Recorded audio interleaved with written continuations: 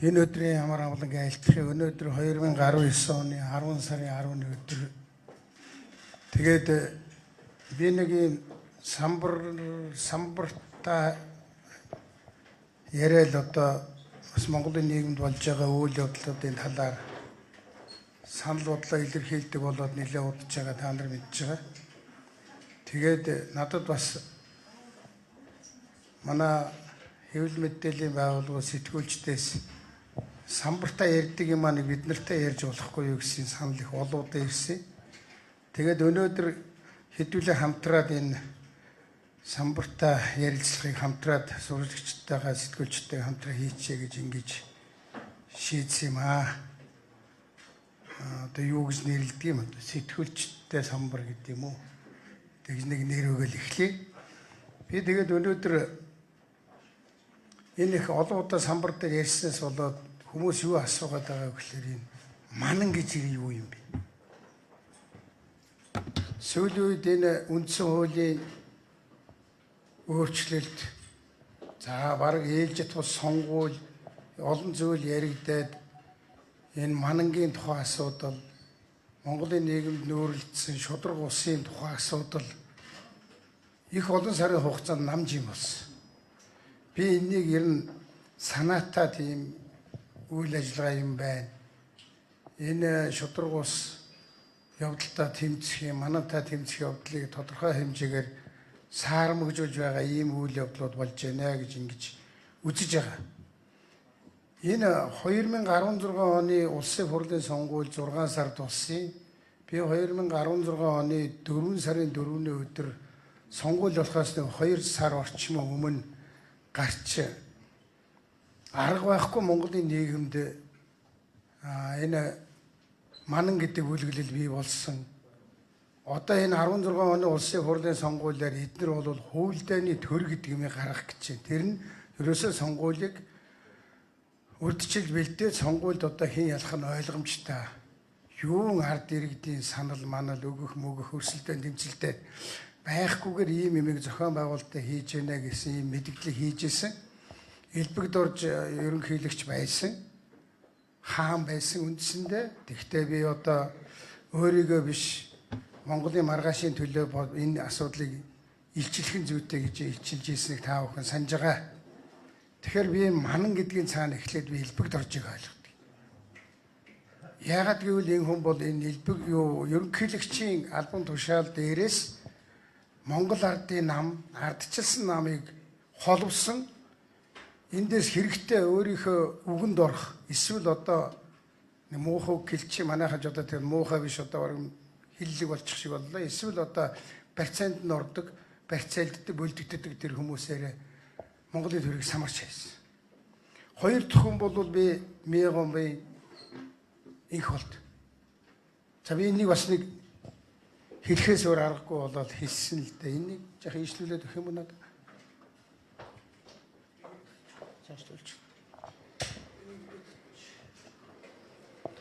Альны татах.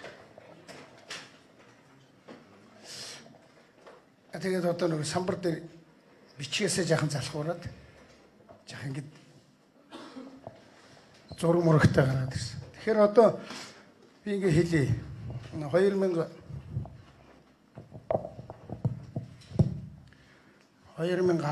оны 4 сарын 4-нд энэ тухай би анх ярьсан.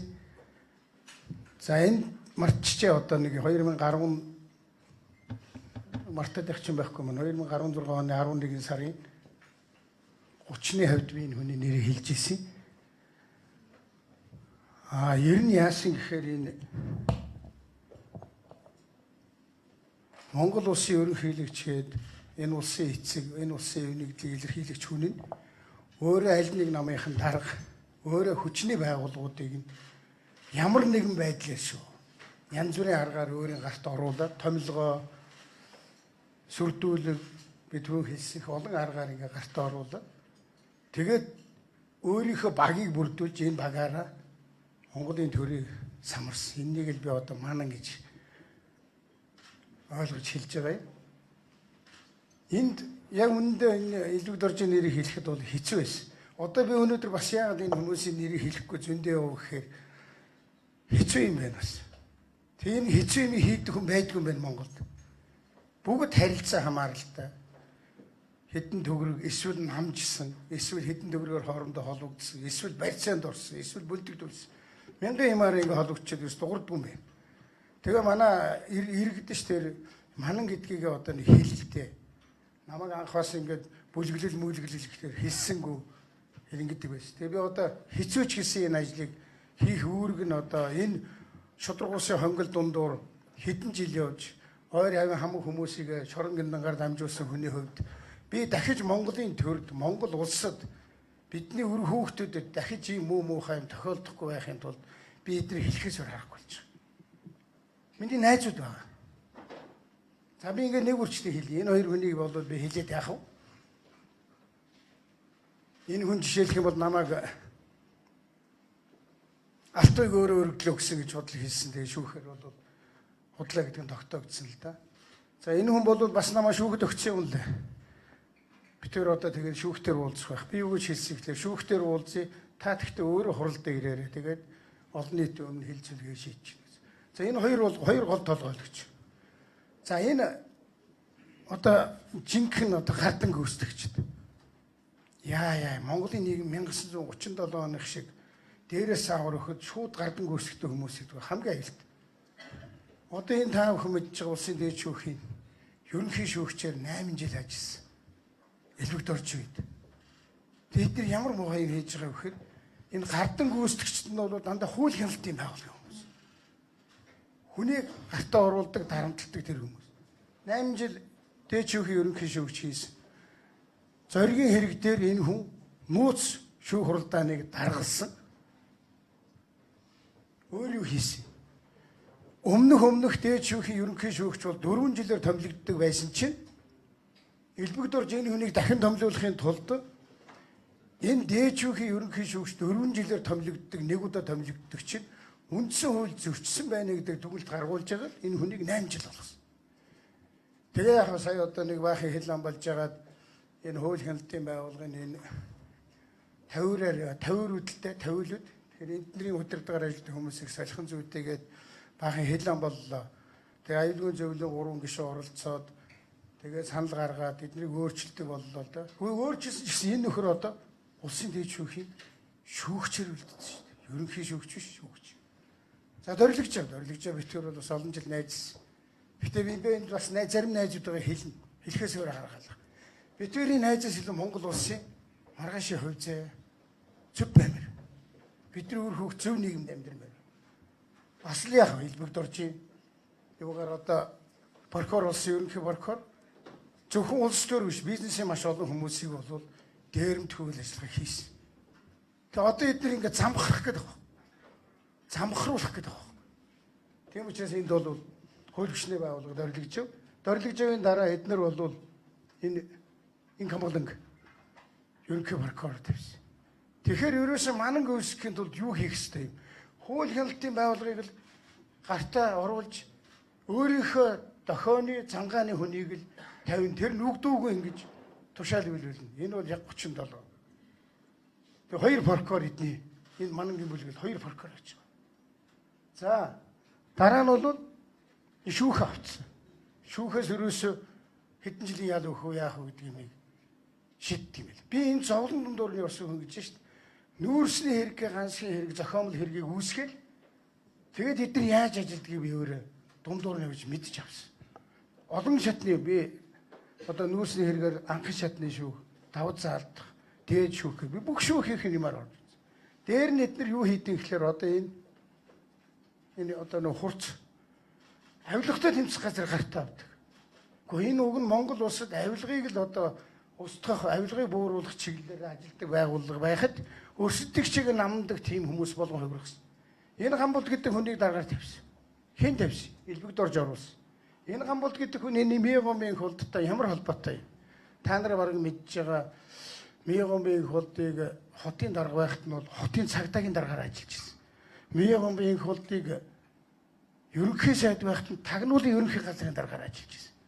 Би бол ямар ч ерөнхий сайд байсан тэрний тагнуулын ерөнхий газар нь ойрхон хүн байна гэдгийг бол үгүйсэхгүй байна. Энэ юм ойрхон харилцаатай хүмүүс. Тэгэхээр Энэ хоёр хүн нийлж ягаад энэ хүнийг авилгын тэмцээний дарга тавьсан. Дахиад энэ хоёр нийлж ягаад энэ хүнийг авилгын тэмцээн орлогч дарга тавьсан. Баруун Европт шоронд байсан хүнийг авчир тавьсан. Ингээд одоо нөгөөт нохогтхуу гэд хүн рүү явуулдаг шиг тэгж халддаг. Хомгорголдог. Ерөөсөө хэрэгдэхүйхийн тулд юу л бол юу, ямар л бол ямар зохиол бичин, яаж л бол яаж тамлна гэдэг нь би зүгээр ингээд нэг шоронд нэг эрүүл шүүл тулгсан гэдэг агуулгаар хэлээгүй. Сэтгэл зүйн хувьд энэ ардчилсан Монгол улсад хүний санаанд багтамгүй тийм зүйлийг бол эдгээр хийж чадсан. За тэгээд энэ одоо та нар санаж байгаа би хурлын гишүүн байсан. Энэ хүний бүрийн эрхийн хугацаа байна шүү дээ. 17 оны 10 сард байна уу дуусчихсэн. Гэтэл энэ хүнийг 16 оны 3 сард 2 сард өргөдлийн өгүүлж байгаа. Хүний хугацаанаас өмнө авилгын тэмцээний дараа яахаар өргөдлөө гэдгийг би тэр үед гайхаад их хурл дээр хэлжсэн үе та нар санаж байгаа. Тэгэхээр элбэгдэр юу хийж байгаа вэ гэхээр 17 оны 6 сард өөрөө бүр яаж ч хүссэн хугацаанд дуусаад явах болсон.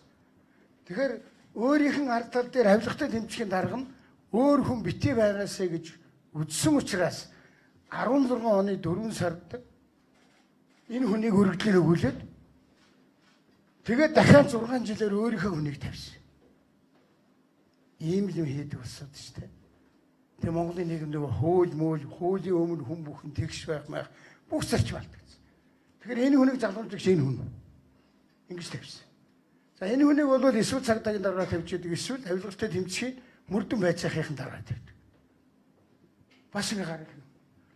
За манай засгийн газрыг огцорсны дараа 11 сарын 5-ны өдөр огцорсны дараа 5 хоногийн дараа энэ хүнийг авчираад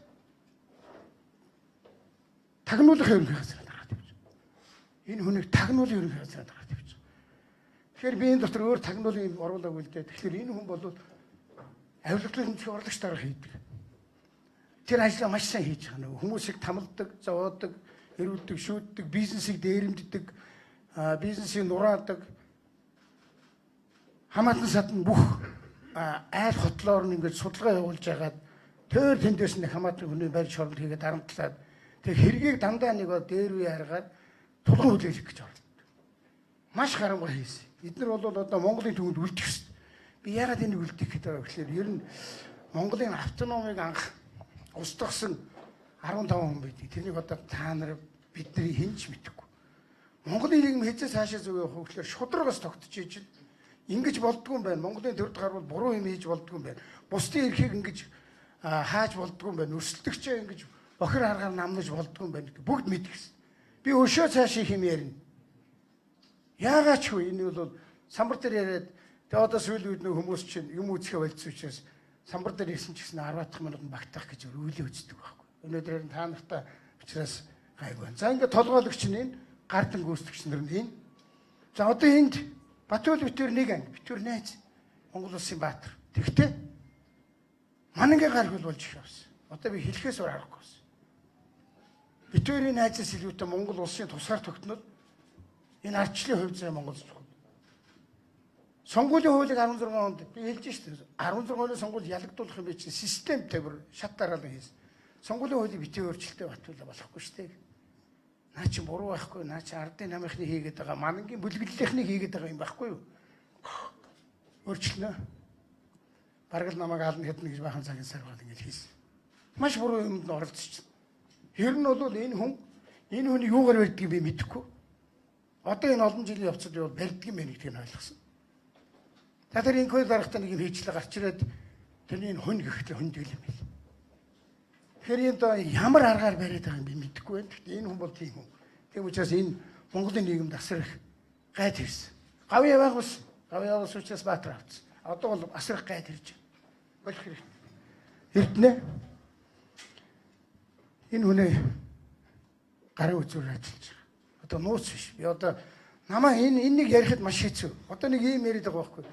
Намынхныгаа ингэж явах юм чинь нам байхгүй болсон шүү. Монголын нийгэм чинь манан баг бусад болсон шүү. Энэ манан бүлэглэл юугаар авилтаа гэж хууль хяналтын байгууллагыг гартаа оруулсан. Эдгээр нь одоо солигдсон боловч эдний тавиулууд огт дуусаагүй байл. Хоёрдугаарт асар их мөнгөд. Энэ их мөнгөтэй учраас эдний үдээс үг хэлдэг хүн байдгүй мэл. Эдгээр бол хүн захиалгаар алж чадхаар хүмүүс. Маш их тийм занал хэллэрэл. Энэ хэлбэг доржиг би энэ 4 сарын 4-нд гараад үг хэлсэн дараа над руу ямар юм явуулдаг байсан гэхэлэр хүү явуулаад чамайг шоронд хийшүүл гэдэг байсан. Би тийм хэвлэхийн л үсттэй. Энэ Монгол улс чинь өөрөө өн мөнх байх юм байгаа үсттэй. Яхаар энэ хаан гарч ирчээд юм хийгээд идэв. За дараа нь Эрдэнэт би намын дарга байсан. Ерөнхий нэрмжийн дарга битүүр найз. Битүүрийн найз ямар хамаа нэг. Монгол улсын хувь зайны төлөө явуулдаа. 5-10 төгрөг биднэрт ямар хэрэгтэй бэ? Сайхан байлиг. Намайг ерөнхий сайд байхад миний хажууд 2 жил засгийн газрын хэрэглэх газрын даргаараа ажилласан. Би энэ хүнийг ерөнхий сайд болоход би дэмжсэн. Гэхдээ эрх хүчний зовлон дундор явсан юм байна. Улс орныхаа төлөө юм хийх байлгүй. Жаахан ихлүүлсэн юм байна. Гүйцэгэд хийх байлгүй дээ гэж бодсон. Гэтэл юу ярьсан? Эдийн засаг, эдийн засаг. Одоо эргээ харсан чинь оюу толгой Эрдэнэт 5 толгойд ярьсан байл. Хулгай дээрмэл ярьсан байл. Эрдэнэт энэ бүлэглэл яадаг гэж ерөнхий сайдыг тоглоомын хүн тавьдаг. Монгол улсын ерөнхий сайд байхгүй.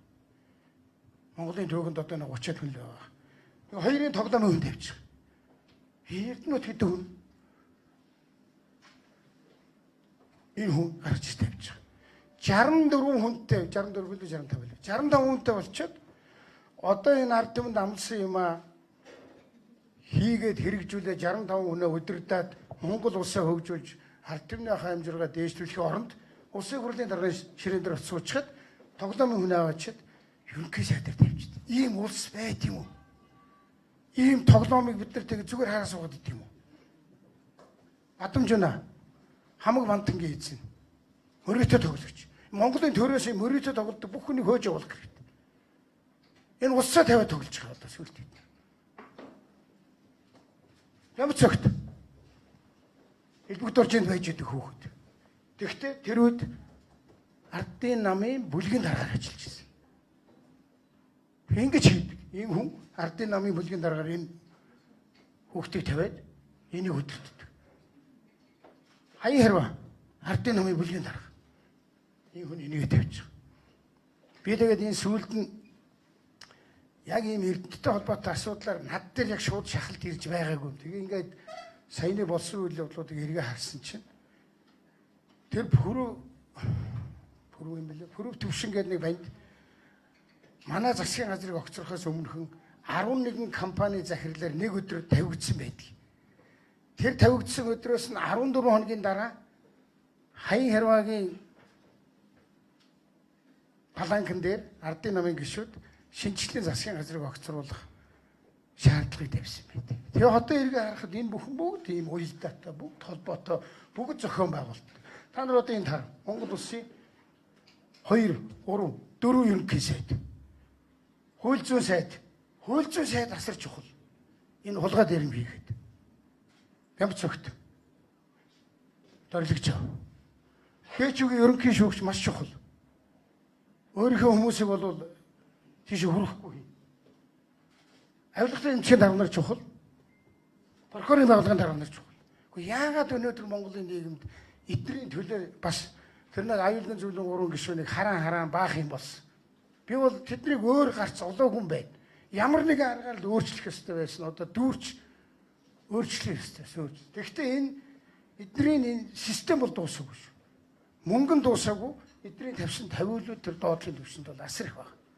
Тийм учраас энэ би өөрчлөлт, шинжилэлт энэ нөгөө мананг устгах юм бол удаашраад байна. Тэгээ би дахиад яагаад өнөөдөр энэ тухай ярьж байгаа вэ гэхээр шүү дээ. Одоо ингэх сонгуул хийн, хавар сонгуул хийн. Дахиад манангаар бол яах юм? Энэ их мөнгөтэй байхгүй. Сонгуулийн хуулийг эдгээр өөрчлөх сонирхолгүй байхгүй. Нэг жижиг тойрог дээр одоо ард түмний амжиргаа яахаар юм муу байгаад идэг. Зориуд муу байлгаж байгаа хэдэн төгрөгөг л гарна. Эдгээр чинь уулаасаа тойрог уусалдаг. Асар хэмжээний хулгай дээр хийсэн мөнгөтэй болсон. За би нэг ийм зүйлийг та бүхэнд товчхон хэлэх гэсэн. Тэгэхээр энд бол нэг ерөнхийлөгч байгаа юм, 4 ерөнхий сайд байгаа юм, бүлгийн дарга 4 байгаа. Бүлгийн дарга. Энэ. За ингээд 4 бүлгийн дарга байгаа. 2 прокурор байгаа. Нэг ерөнхий шүүгч байгаа юм. Хууль зүйн сайд 2 байна. Ингэж одоо улс орноор минь тоглохыг харсаар суух юм уу бид нэр? Тэгэхээр энийг би одоо дахин хэлэх шаардлага гарлаа. Энэ хаврын сонгуул энэ янзаараа явбал дахиад манан гарна шүү. Монголд шудраг ёс тогтохын тулд би 3 зүйлийг боддог. Нэгдүгээрт бол шудраг шүүхтэй байх ёстой. Ямар ч хүн ямар ч юм хийсэн шудраг шүүхээр шүүлэгдэх байх ёстой. Хоёрдугаарт буруу юм хийсэн хүмүүс нь шийдэхлээ хүлээдэг. Сайн юм хийсэн хүмүүс нь гавьяа шагнал авдаг. Энгийн энэ зарчим үйлчлэх баг. Гурав дахь нь Монголын төрд гарч ирж байгаа ардын нийтгэл доож гарч ирж байгаа улс төрчид яхаа ёс зүйтэй байл. Ийм 3 зүйл байх ёстой гэж бодож байгаа. За дараа нь одоо тэгээд цааш яах юм? Цаашаагаа бол бид нар аль болохоор энэ сэдвүүдийг би одоо хэвлэл мэдээлэлтэй хамт ингээд самбараа хийж байгаа. Аль болохоор олон хүнд хүрэх хэрэгтэй. Өшөө их юм байгаа. Би өшөө их юм ярмаар байна. Ялангуяа энэ бүлэглэлийн мөнгөний тухай ярих хэрэгтэй. Асар хэмжээний мөнгө. Та нар намайг уучлна үз. Энэ их мөнгө газрын дорх 2 юмнаас бий болж байгаа үндсэндээ. За 3 ч хийж болох юм байна. Нэг нь бол газрын дорх баялагийг эдгээр бол улаан цайнд дээрэмж лиценз. Хоёр дахь нь Улаанбаатарын газрыг зарж асар их мөнгөтэй болсон. Гурав дахь нь энэ хуулийн хяналтын байгууллагаараа зүгээр яваад жирийн бизнес эрхэлж ийсэн бизнесмэнүүдийг дарамтлаж тэднээс мөнгө дээрэмж, бизнесийн дээрэмж, лицензийн дээрэмж. Одоо бас гарч ирээд хэлж хаав хөөхт бас хараахан байхгүй яагаад гэсэн эдний толгой солигдсон мөртлөө тэр доогоороо бол бас л нөгөө юм ажилласаар байгаа. Элбэгд оржийн мөнгө гэдэг чинь галзуу мөнгө шүү дээ. Зөвхөн Эрдэнэтийн зэсийн баяжмлаас жилдээ 44 төгрөг ганцаараа тооч байгаа юм шүү дээ. Тэгээ дахиад намайг шүүхдэг л дээ. Би тэр Эрдэнэтийг нэмийг гаргаж тавьмаар байна. Эрдэнэтийг нь овоолгын шороо хүртэлүүлдэхгүй цагаантайгаа нийлээл одоо тэн дээр нь үйлдвэр хийсэн явж байна. Цаана 20 мянган Эрдэнэтийн иргэд үйлдвэр байгуулна гээл тэгэл хоорондоо хэрэлдүүлээ цохилдуулаад тэгэл явж байна. Ийм шудраг ус юмыг бид нэр хамтарч устгах ёстой шүү. Устгахтай энэ сонгуул Монголоос өмнө энэнийг зогсоохгүй бол ямар ч сонгуул яваад ман дахиад гарч. За тэгээд нэгдэж нийлэхэд тулд яах юм гэхлээр энэ би бас над дээр их олон хүн ирдэг энэ манай нэгдвэл Монгол өөрөө тэгээд олон хүн ирээд олон санал хийсэн. Надад нэг ийм нэгдүгээр бол санаа сэтгэлээрээ нэгдэх хэрэгтэй. Хоёрдугаар энэ ярьж байгаа юм өөрөө бодиттой. Үнэхээр би бол дандаа үйл явдал дээр тулгуурлаж, фактээр тулгуурлаж юм яаж. Үнэн юм ярих хэрэгтэй. Хэн нэгнийг бүтгэж ерөөс хэрэггүй. Тэгэхээр одоо бид нар яах вэ гэхээр би ташрамд нь хэлчихье. Манай залуучуудын гаргасан санаачлага 5-3 төгрөг бас нэгдвэл Монгол руу цуглуулж болох юм байна. Гэхдээ ари орчин үеийн аргаар энийг нөгөө нэг зургийг авчдаг байлаа шүү дээ. Зургийг аваа шилжүүлчихдэг болдог. Бас нэг шинэ арга хэлье гэж бодож байна. Энэ төрийн ус байгууллага олон байгууллагууд бас ийм аргаар ажиллаж бас 5-3 төгрөгтэй болох тэрнийг энэ хонгол гэж би одоо өмнө ярьдаг гэсэн. Одоо энэ манангийн бүлгэлийг устгах Монгол орноо нэг монголчууд маань нэг тийм эрхчлөөтэй хүүхдүүд маань нэг гэрэлгээгээтэй нийгэмд амьдруулахын төлөө энийг зарцуулмаар байна. Би элвэд орж намаа нөгөө өргөдлөө бишч өгсөн хэрэг би шүүхэд өгөөд 1 тэрбум төгрөг нэхэмжилсэн. Тэгсэн чинь тэмэн дээр ямааны гарц олд юм бэ? Тэр нь ингэдэм бэ? Яах вэ ингээд нөгөө шийдвэр нь элвэд орж өтгсөн байна гэж гарах мөртлөө 1 тэрбум төгрөг нэхэмжлэхээр 5 сая орчим төгрөгийн хураамж төлдөг юм. Шийдвэр нь гарахдаа 1 сая төгрөгийг алтайг болгосгоо. Тэгээ дахиад заргалдах гэсэн чинь наад хүү юу гэсээ дахиад хасах минустай болно гэсэн. Тэгээ одоо зогсож явах шээ. Яагаад тэрүүн төгрөг нөхөмжилж байгаа вэ гэхээр мораль, ёс зүйн хувьд энэ хүн бол асар их мөрөөдө тоглодог. Энэ хүний нэг хэд хоногийнх мөрөөдө тоглоомны мөнгийг л би нэгсэн л дээ. Тэгэхээр ийм нийгэмийг бид нэр хамтарч өөрчлөх ёстой. За тэгээд төгсгөлд нь би нэг юм хэлье. Одоо би дуусгал. Би цаашдаа эднэрийн асар их мөнгө хаанаас яаж бий болоод байгааг бас дахиад дараачийн удаа баримттай ярина. Магадгүй та нар хүсвэл би та нартай хамт самбар хийсэн ч болно, ганцаараа хийсэн ч болно. Тэр нэг асуудал. За анхаарал тавьсан баярлалаа. Тэгээ одоо бол асуултанд хариулж байна.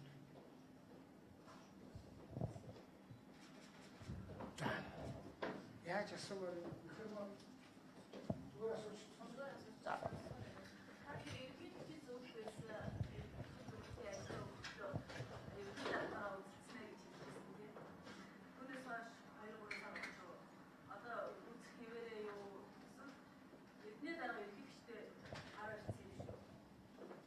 Би үзээд л шүү дээ.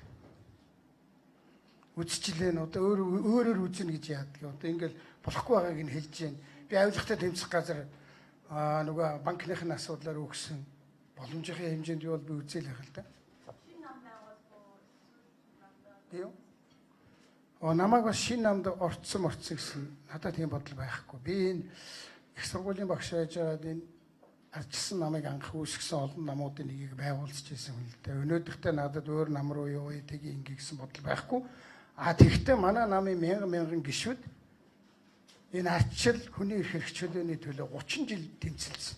Би тэр хүмүүсийн эрх ашигыг монголчуудын эрх ашигыг бодож уг намаа жах өөрчлөлт шинжилгээгээл явж л байгаа. Та нарын хүссэн хэмжээнд бас дөрвтэй явахгүй байгаа хаа. Коуч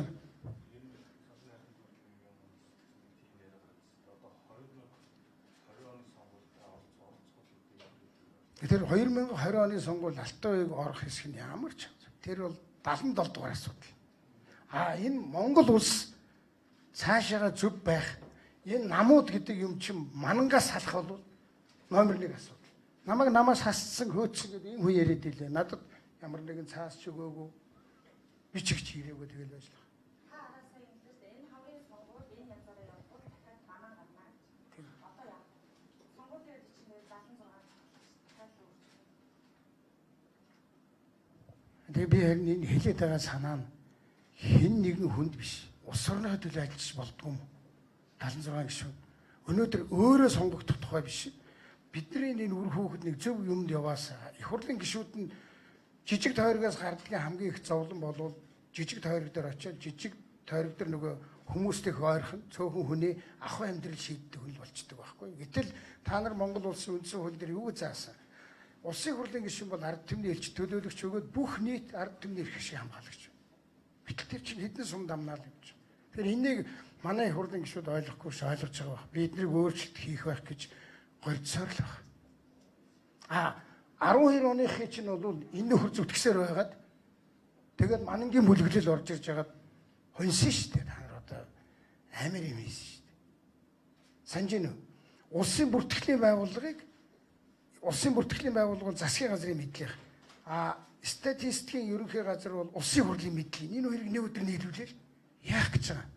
Сонгуулийн сүм бүртгэлийн байгууллагыг авч тэнд бүдлээ үүмээ самуу хийх гэсэн. Хийс. За.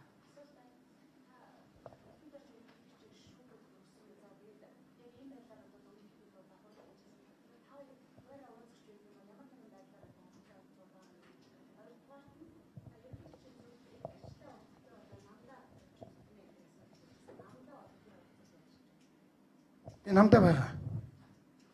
Хэвээр байгаа. Элбэгдүр ерөнхийлөгч шүтэрийн хооронд ямар юм болсон гэхээр ганц үхийн шүүх хурал 2016 оны 9 сард болохоос 20 хоногийн өмнөөс эхлээд утсаа авахаа болсон надад ерөөсөө хариу өгөхөө болсон. Би сайхан бэлэг ерөнхий сайд болсны дараа дамжуулаад уулзах гэж чадаагүй. Зогтцсон надаас. Харилцаа байхгүй.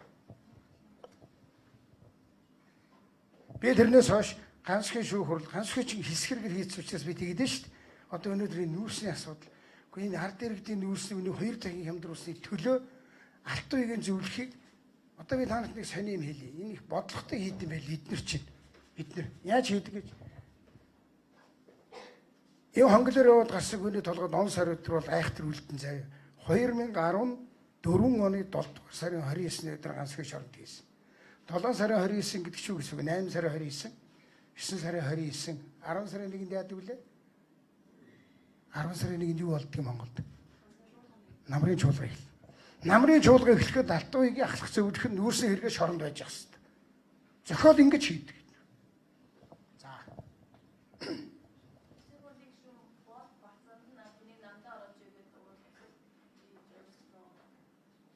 Саяхан бид дөрөвнийг уулзаж ярьсан. Тэгэхээр ингэ намдаа орооч морооч гэвэл намайг арай шууд тэггүй байх л та. Зүгээр ер нь ингээд энэ манангийн асуудал нэг юм байна. Энэ Монгол улсын хувь заяаны төлөө ер нь яах вэ? Та юу бодож байна? Би ч та нар бас юу бодож байна? Намайг бодохдоос ордонд байгаа микрофоноор талчин бэлэн байгаа.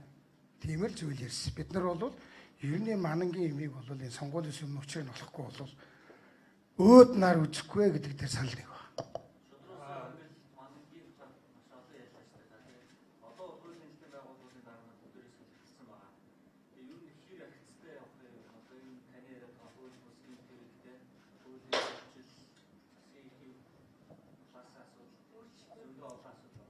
Их удаан байна. Гэхдээ би энэ одоо эдгээр чи өөр хүмүүс харцсан шүү дээ. Тэнд асар их саад байна бас.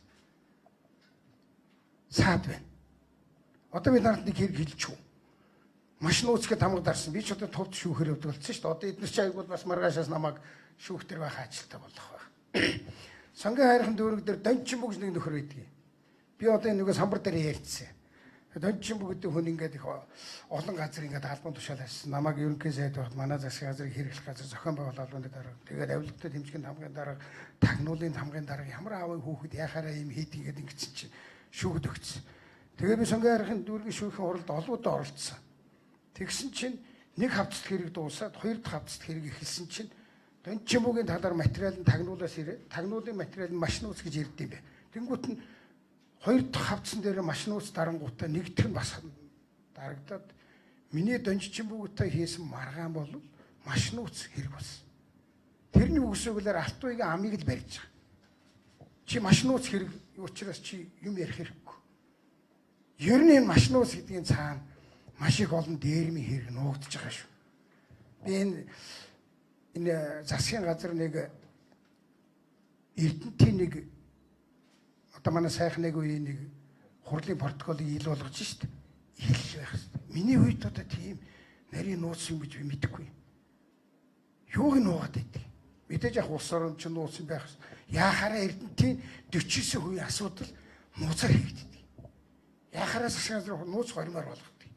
Тийм учраас энэ сэтгүүлчдийн нэг юм анхаараарай. Нууц гэдгийн цаана маш олон гэмт хэрэг нуугдж байгаа шүү. Ярьж болдгоо юм байл. За.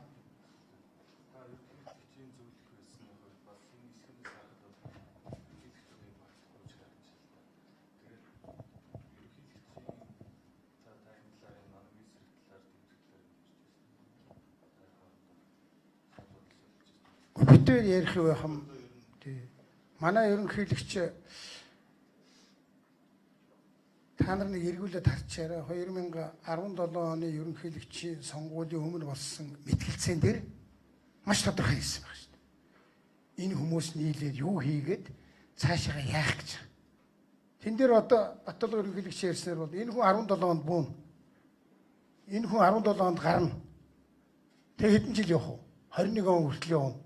Тэгээ дахиад сонгогдохоор 25 он хүртэл ер нь тэгээд хувь заяа зурцсан байсан шүү дээ. Манай хэдийн хувь заяа юм зурагчсан байсан шүү дээ.